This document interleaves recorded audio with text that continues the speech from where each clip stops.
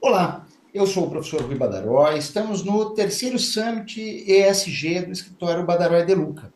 Hoje, com uma missão especial. É com grande honra que damos início a esta edição. Uma edição, como disse, especial do nosso encontro sobre as práticas ESG. Programa que tem buscado, ao longo de sua trajetória, já na terceira edição, ampliar os horizontes da advocacia por meio de debates plurais, profundos e contemporâneos. Este episódio, especificamente, gravado especialmente em comemoração do Dia do Advogado no Brasil, celebrado em 11 de agosto, convida-nos a olhar tanto para a história quanto para o futuro.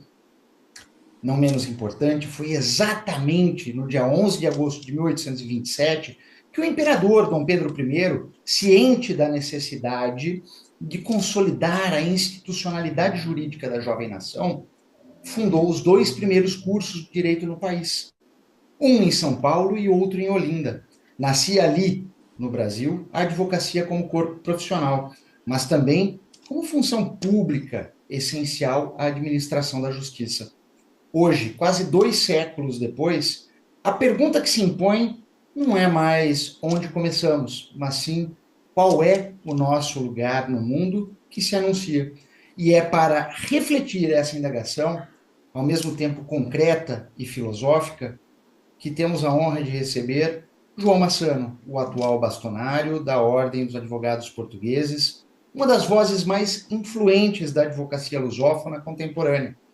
Não menos importante, um jurista de prestígio, defensor da modernização da profissão, um crítico lúcido dos riscos que ameaçam o Estado de Direito em tempos de incerteza, e o bastonário Massano nos brindará e nos ajudará a pensar com lucidez e coragem os caminhos da advocacia diante das transformações do nosso tempo.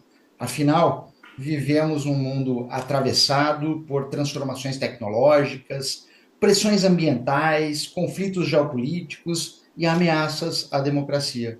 Diante desse cenário, o papel do advogado deixa de ser apenas um técnico ou procedimental e se torna cada vez mais civilizacional. E aqui, para marcar essa travessia entre ética e responsabilidade, permitam-me recordar uma das formulações morais mais exigentes do pensamento moderno. Kant, no século XVIII, escreveu: age de tal maneira que a tua ação possa ser tomada como regra universal. Tal máxima, João, que funda o imperativo categórico, convida-nos a pensar a advocacia não como privilégio, mas como um ofício que deve resistir à banalidade, ao oportunismo e à indiferença. E é nesse espírito de compromisso ético, de reflexão institucional e de abertura ao diálogo que damos a palavra ao nosso convidado. João, uma boa tarde para si e é uma grata satisfação recebê-lo no terceiro Summit ESG. Boa tarde, Rui. Muito obrigado pelo convite.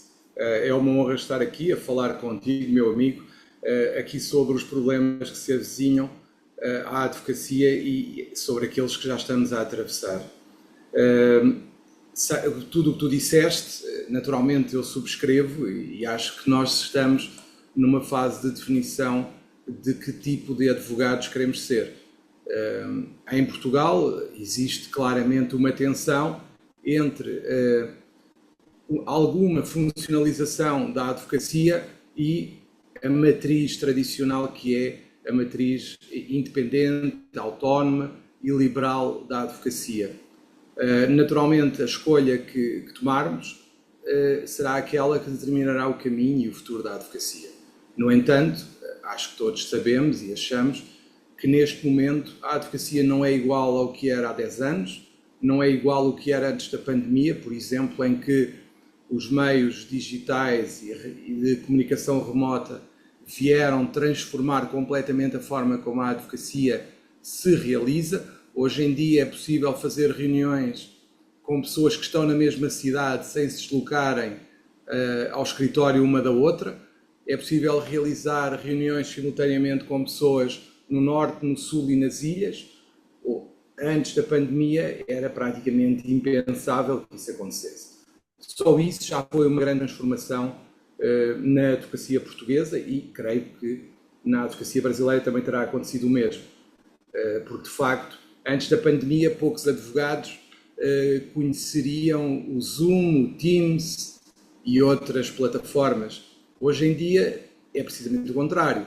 Poucos advogados não saberão o que são essas plataformas e não as utilizarão habitualmente para fazer reuniões, porque, de facto, de antes perdia-se tempo na deslocação de escritório para escritório. Hoje em dia diria que esse tempo ganha-se, nomeadamente quando temos que fazer deslocações longas e podemos fazer uma reunião com um colega, com um cliente que está a vários quilómetros de distância e quer um quer outro poupam o tempo da viagem e podem estar comodamente instalados nos seus escritórios onde entenderem a realizar reuniões.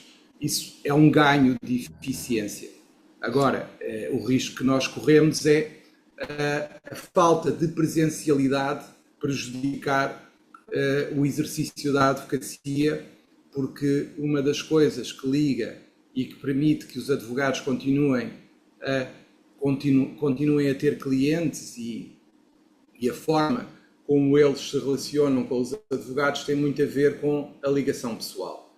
E essa, diria que o equilíbrio entre a ligação pessoal que tem que se manter e alimentar e esta ligação remota através das plataformas, é desse equilíbrio que resultará o exercício da advocacia e o seu sucesso. Bom, nesse contexto que você traçou para nós, eu gostaria de questioná-lo no seguinte sentido: como você considera, ou qual considera ser o papel fundamental da advocacia neste século XXI, especialmente em tempos de instabilidade institucional e, de certa maneira, por todos os países do globo, de erosão das garantias democráticas, um momento de acirrar os ânimos? Eu diria que a advocacia tem que ser, no fundo, o fiel da balança. A advocacia, neste momento, tem um papel fundamental na proteção das garantias das pessoas, porque nós sabemos perfeitamente que todos estes movimentos são cíclicos. O que estamos a assistir no mundo atualmente é uma reação a um extremismo que havia do lado contrário. Nós passámos de um extremismo de esquerda que conduziu a premissas e afirmações que chocaram o comum cidadão e que, por isso, levou o cidadão a fugir de algo em que não se reconhecia, os cancelamentos, as tendências woke, o exagero de algumas situações de extraordinária liberdade que chocava a maioria das pessoas e que as pessoas não se reviam, e esse excesso levou ao excesso contrário. E neste momento assistimos a uma situação em que a extrema-direita sobe, a extrema-direita e a direita sobem em todo o mundo e com as consequências que estamos a assistir em todo o lado. Temos países que ameaçam outros países soberanos, como o caso do Brasil e dos Estados Unidos, em que há um Estado, que é o Estado norte-americano, que através do seu presidente ameaça e pretende influenciar um Estado soberano como o Estado brasileiro. E é o que nós temos estado a assistir. A diplomacia política internacional atualmente está muito fundamentada no poder, quer seja financeiro, quer seja o poder bélico, o poder das armas. E o que nós assistimos é que os mais fortes estão a impor a sua lei neste momento. E é isso. Ou seja, há uma erosão a nível internacional do direito internacional, claramente. O direito internacional, neste momento, é um instrumento dos mais fortes, não protege os mais fracos, bem pelo contrário. Depois temos alianças estratégicas internacionais que se vão estabelecendo consoante os interesses económicos das partes e não só os interesses económicos, mas a força militar que cada uma tem. Em termos internos, isto traduz-se um pouco da mesma forma. tem que haver alguém que assegure a defesa dos mais fracos. Tem que haver alguém que consiga afirmar a supremacia do Estado de Direito e do sistema judicial. E ninguém como os agentes do sistema judicial, em especial aqueles que são mais independentes, os advogados, para imporem e defenderem os direitos daqueles que mais sofrem e que menos poder têm.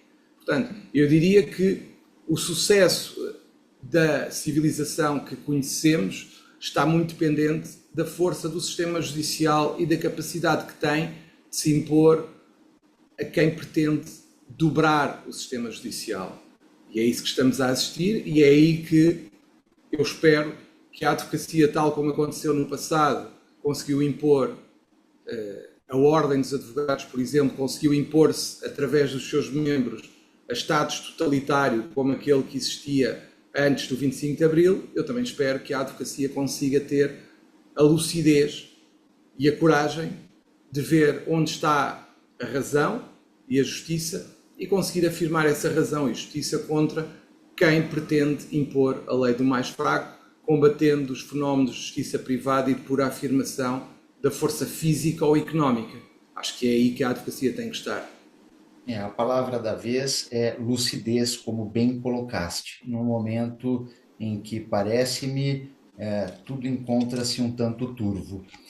Na sequência, doutor João, gostaria de questionar temática relacionada à ética, à tecnologia e à regulação. Com a crescente utilização das ferramentas tecnológicas, e que você muito bem expôs em sua fala introdutória, como, por exemplo, as inteligências artificiais, a automação jurídica, como institucionalmente a Ordem dos Advogados Portugueses tem refletido sobre os limites éticos e regulatórios dessas ferramentas em nossa prática profissional? Eu diria que neste momento o que é mais importante é a inteligência artificial e o seu avanço nas duas facetas que interessam ao advogado. A primeira, como é que o advogado pode utilizá-la de forma a que consiga ser melhor, mas que também não seja substituído por ela. Eu penso que essa é a grande luta. E aí tenho defendido que haja uma relação próxima entre o advogado e o cliente que permita quebrar a possível tentativa de hegemonia dessa relação através da inteligência artificial e que a inteligência artificial substitua o advogado. Isso o advogado só vai conseguir estabelecendo uma relação especial com o cliente, nomeadamente a ideia do advogado de família que acompanha todas as grandes decisões da pessoa e em que a pessoa confia e que o cliente confia e que aconselha sempre quando há uma decisão difícil a tomar e que, em princípio, esperemos consiga conquistar a confiança do cliente e ser um bom profissional também, obviamente, e nessa medida consiga avançar e manter uma boa relação que não seja substituída por uma máquina. Por outro lado, o conflito ético que se levanta e o dilema ético que se levanta ao advogado passa muito por termos uma máquina de inteligência artificial, uma ferramenta de inteligência artificial que pode praticamente vir a fazer tudo sem limites. E aí é que está o problema, primeiro, neste nosso mundo, qualquer tentativa de regulação da inteligência artificial tem vindo a ser encarada como uma censura. A questão é se é uma censura ou se é pura e simplesmente uma defesa do humano contra o avanço de uma tecnologia que pode substituir totalmente a humanidade, e não só no direito. Essa é a grande questão, vamos deixar que a máquina fique mais inteligente do que o ser humano em todas as áreas e não só na advocacia, ou vamos tentar, além de impedir esse avanço, ainda conseguir que ela não permita e não seja o caminho para fazer coisas menos lícitas e que violem a nossa ética. Essa é a questão, qual é a posição que nós devemos assumir? Eu diria que a Ordem dos Advogados, seja onde for, tem a obrigação de alertar os seus membros e a própria sociedade para os riscos da inteligência artificial, quer seja em termos éticos, quer seja noutros quaisquer. Todos os riscos que ela levanta para o desenvolvimento de uma sociedade, porque poderemos passar a ter uma sociedade que deixa de pensar, porque quem pensa é a máquina. E isso é um risco para a própria sociedade, porque podemos passar a ter uma sociedade muito diferente daquela que conhecemos. Esse é um tema, essa é uma questão que tem que se pensar e que tem que se ter muita atenção. Eticamente, isto é o fim da sociedade se não houver limites, ou pode ser o fim da sociedade que conhecemos, pelo menos esta como existe, e pode surgir uma nova que não sabemos bem o que vai ser. Parece. Talvez mais próxima, eu diria que talvez mais próxima até de uma realidade de ficção científica, quase. Pois, exatamente isso. Eu diria que esse é o tema que nós temos perante nós neste momento. Quais os limites que queremos impor? Parece-me, doutor João, que é imprescindível que o ser humano compreenda que o uso da inteligência artificial deve ser feito com método e não deve ser jamais fim, e sim meio para que nós possamos otimizar os nossos esforços, observando as regras deontológicas, pensando estritamente na advocacia, e para além disso, compreendendo que é meio e não fim, que valorizemos o conhecimento humano para que possamos apenas usar um boost, né, por meio das inteligências artificiais. Parece-me que o X da questão é isso. Concordas? Não, eu acho que o problema é mesmo estabelecer limites ao próprio homem na utilização da inteligência artificial, e aí é que está a questão, porque até a própria questão dos honorários da advocacia tem que ser ponderada, porque uma coisa é estar dias e dias a fazer um parecer, outra coisa é esse mesmo parecer ser feito por uma ferramenta de inteligência artificial em segundos ou minutos, poucos. Como é que se vai faturar esse trabalho? E aí também se levanta uma questão ética, por exemplo. Também se levanta uma questão ética quando algo é feito através da inteligência artificial. Como é que é na relação com o cliente? O que é que se diz ao cliente? O que é que não se diz ao cliente? Não se deve dizer. Porque há muitas questões que estão a surgir e que vão ser cada vez mais pertinentes com o desenvolvimento das ferramentas de inteligência artificial. Porque o seu desenvolvimento vai ser um caminho que parece ser muito rápido até agora e que brevemente vai ter cada vez mais funcionalidades que nos vão facilitar e, ao mesmo tempo, facilitar a vida e dificultar, por exemplo, o nosso pensamento crítico por estarmos encostados ou por podermos vir a estar encostados a uma máquina. Agora, não defendo, nem pouco mais ou menos, que digamos não à inteligência artificial, porque esse não é o caminho. O caminho é a utilização equilibrada, mas nós sabemos como é que o homem funciona em termos de equilíbrio, não é? Porque basta ver a questão do aprendiz de feiticeiro para ver como é que o aprendiz ficou quando esteve sozinho com o poder e perceber que nós podemos estar numa situação similar a essa. Pois, e a questão ética, obviamente... Sim. Não diz, Rui. Johann Wolfgang von Goethe, citado por você agora, parece-me que já previa o que ocorreria num futuro, que foi o que você bem descreveu. E repare, este caminho que estamos a seguir pode ser um caminho que conduz à redução das desigualdades entre a advocacia e a prática individual, porque a advocacia em prática societária em sociedades e a advocacia em prática individual, porque de repente qualquer advogado pode ter uma sociedade atrás se tiver uma boa ferramenta de inteligência artificial. E isso é uma alteração muito grande nas regras do jogo. É um facto. Doutor João, vamos deixar este assunto que é extremamente complexo e mereceria talvez até um congresso com muitas reflexões para uma outra pergunta: o valor do advogado na sociedade contemporânea. Muitos jovens advogados, juristas, sentem-se pressionados por um mercado saturado. No Brasil, nós temos essa dificuldade por conta do número de advogados, e pela força que as grandes sociedades possuem aqui. E isso acaba ensejando poucas oportunidades e uma competitividade que desgasta psicologicamente o jovem advogado. Como resgatar a centralidade social do advogado como um agente efetivo da justiça e não apenas como um operador de mercado? Isso passa, na minha opinião, por termos a possibilidade de promover socialmente, primeiro, a imagem do advogado, depois promover a necessidade da própria classe e da própria profissão de se renovar através dos mais jovens. E eu diria que a grande questão, a competitividade existe em todas as idades, e esta abertura do mercado proporcionada pela inteligência artificial e pela abertura do mercado a outras pessoas que entram no mercado jurídico, sabe-se lá Deus como e com qualificações, mas na prática é mais competitividade para nós, mais concorrência. Mas a questão que se levanta é como é que nós vamos reagir, como é que nós vamos defender os mais jovens e permitir a renovação da classe e não a sua substituição nas tarefas que faziam no início num escritório pela ferramenta da inteligência artificial. E mais, eu diria que a grande questão é a centralidade, como referiste, do próprio advogado, que só se consegue se a sociedade perceber a função social do advogado.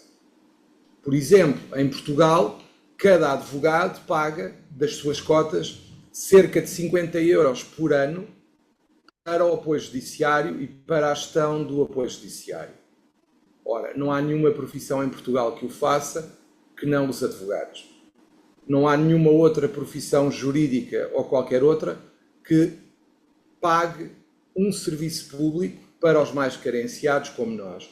Por isso, há que explicar estas coisas às pessoas, dizer que os advogados contribuem para a sociedade, que os advogados ajudam as pessoas e que a função do advogado não é uma função meramente mercantil, mas que é uma função de apoio e de defesa dos direitos daqueles que muitas vezes não têm voz. E isso tem que ser dito para se combater a imagem do advogado mercenário. E aí o mercado também terá uma resposta, espero, porque se houver a credibilização da figura do advogado, nós vamos ter uma maior procura dos serviços do advogado porque ele é credível. E isso passa por publicidade relativamente àquilo que fazemos e à função social do advogado e, por outro lado, atribuir dignidade e estatuto social que decorre da consideração e da valorização do advogado, que leve as pessoas a acreditar num advogado. Isso passa por o advogado utilizar plataformas digitais com a administração pública e conseguir prestar serviços que a pessoa não consegue e que o advogado consegue, e aí ganha credibilidade devido ao seu próprio estatuto, que tem que ter um acesso privilegiado aos serviços públicos, e porque é um profissional e assim afasta-se também aqueles que andam a fazer procuradoria ilícita e que utilizam expedientes menos corretos para fazer o mesmo que nós fazemos. Eu diria que passa muito por aí a valorização da nossa profissão. Excelente, excelente. Diga-me uma outra coisa, doutor João. O acesso à justiça, no Brasil, e mesmo em pesquisas que tenho realizado, por óbvio, acadêmicas, me mostra que, mesmo em países com sólida tradição jurídica, o acesso à justiça continua desigual. Como nós, enquanto advogados, como a ordem ou as ordens profissionais podem enfrentar essa contradição?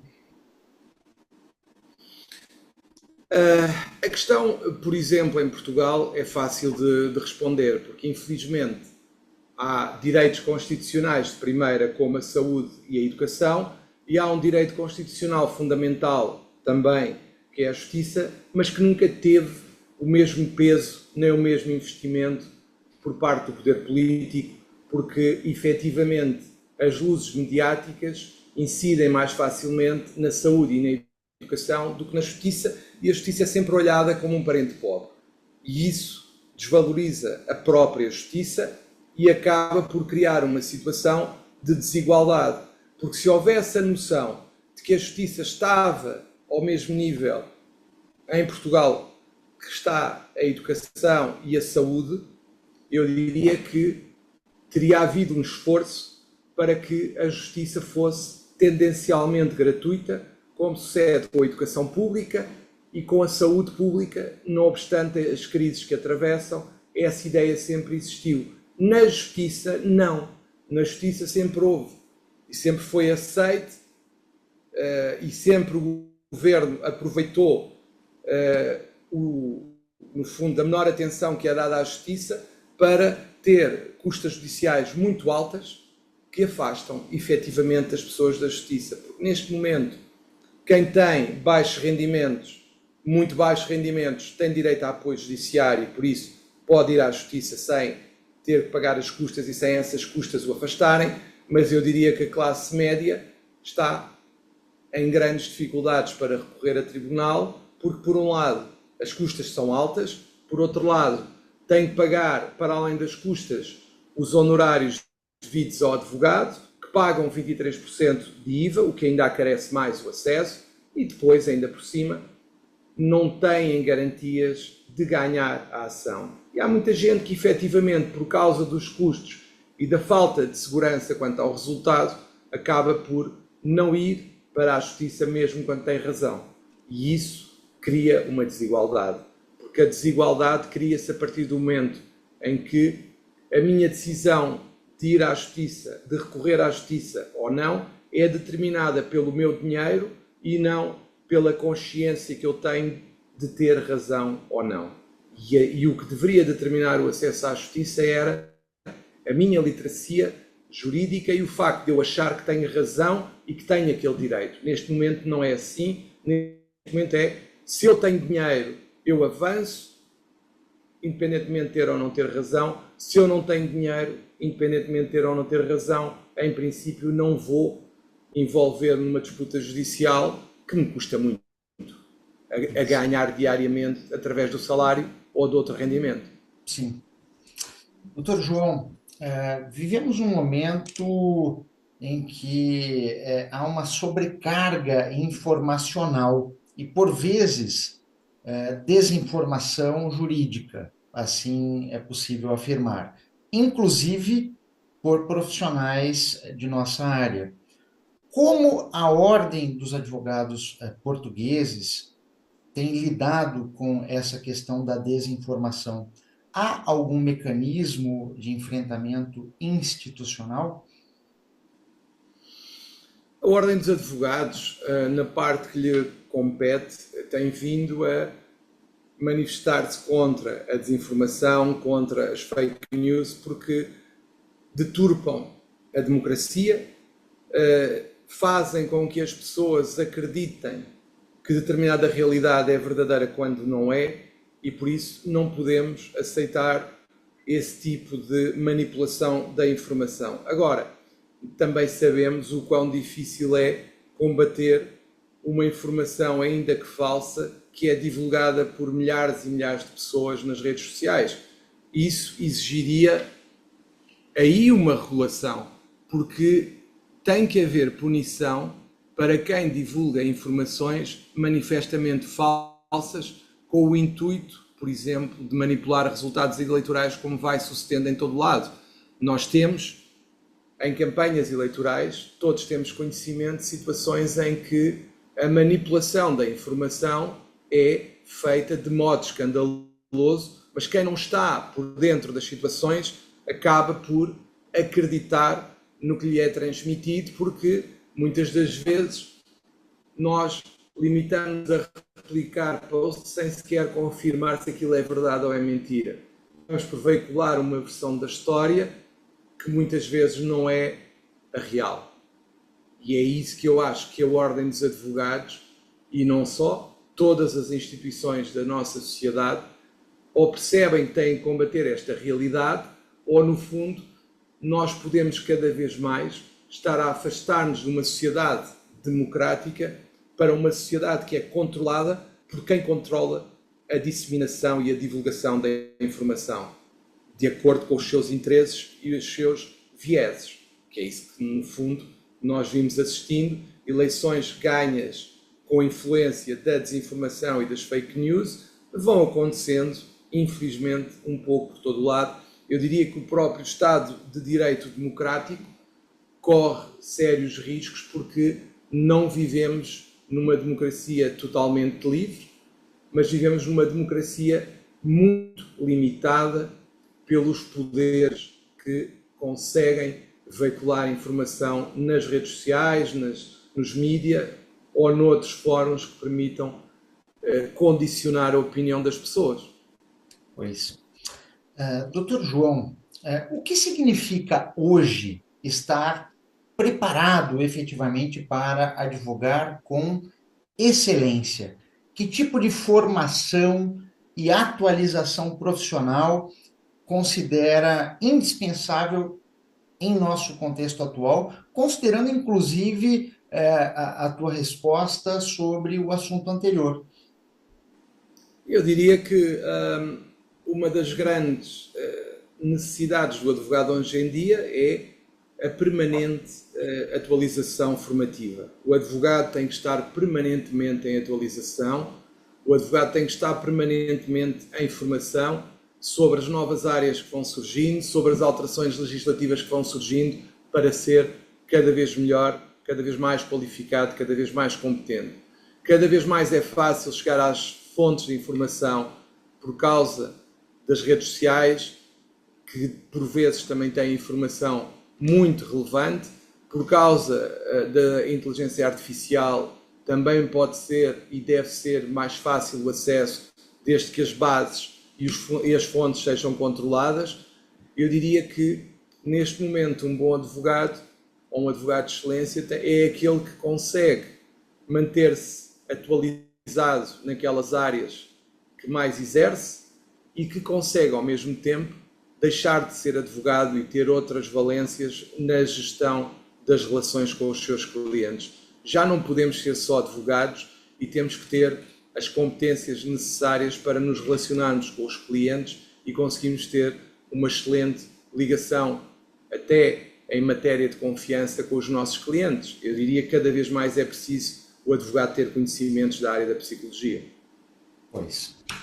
Doutor João, já em guisa de conclusão, eu vou fundir as duas perguntas finais, agradecendo desde já a sua participação em nosso terceiro Summit ESG. E, nesse contexto, no Brasil, o 11 de agosto é não apenas o Dia do Advogado, mas também uma data simbólica de fundação dos cursos jurídicos, como bem sabes.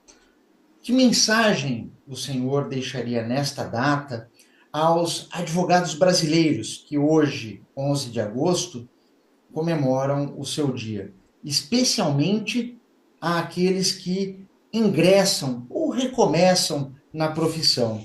E a segunda pergunta, já para emendares o teu posicionamento, poderia partilhar conosco a sua visão pessoal sobre o que significa efetivamente hoje ser advogado? Ainda é uma missão pública ou tornou-se apenas um meio de sobrevivência?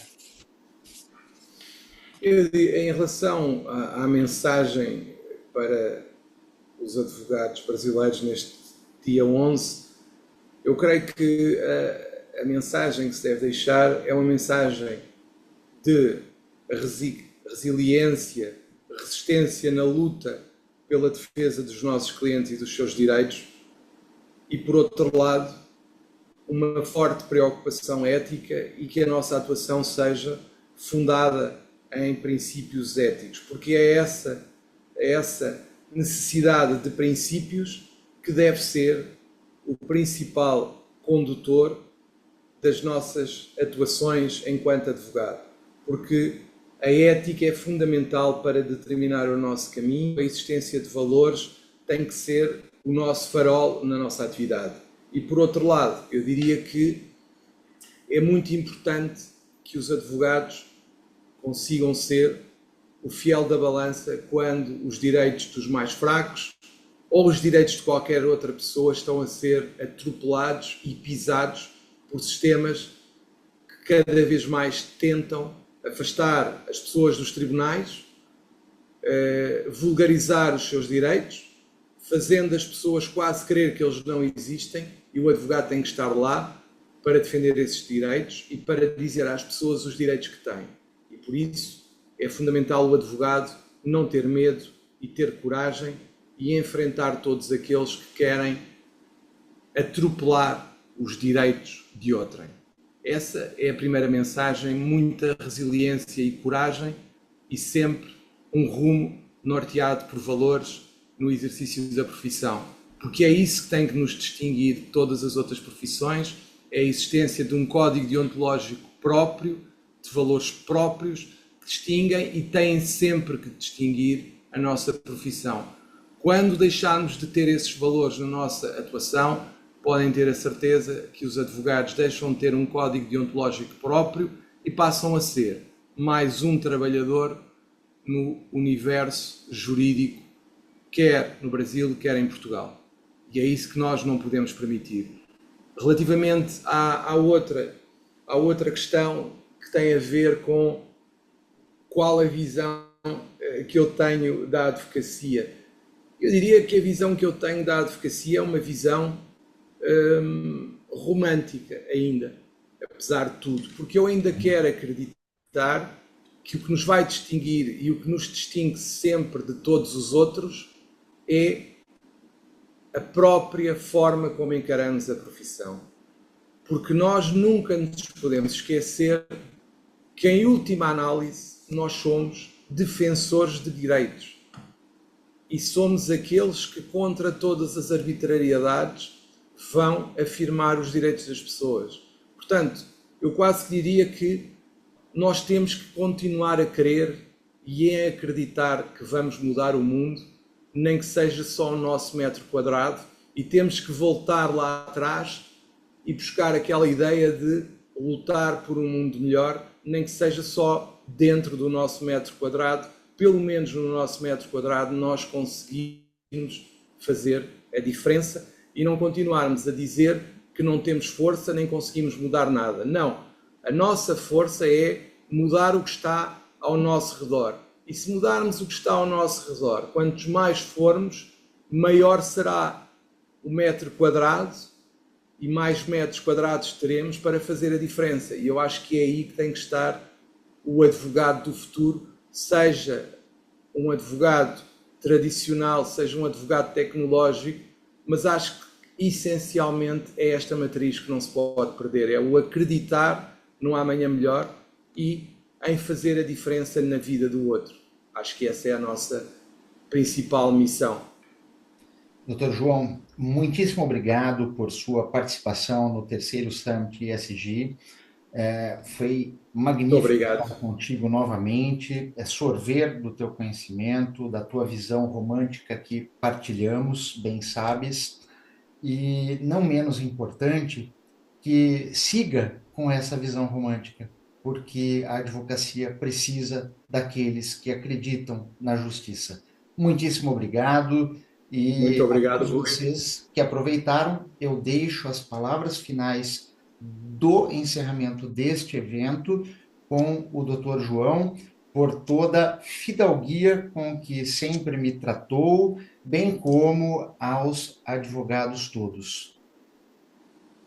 Muito obrigado, Rui, pelo convite. É sempre um gosto estar aqui a falar contigo e agradeço a todos aqueles que ouvem hoje, ouvirão no futuro, a vossa paciência e o facto de ouvirem esta nossa conversa, porque no fundo é uma conversa que esperamos que pelo menos toque em algum de vós, já será algo que nos deixará extraordinariamente satisfeitos, e muito obrigado por nos terem ouvido.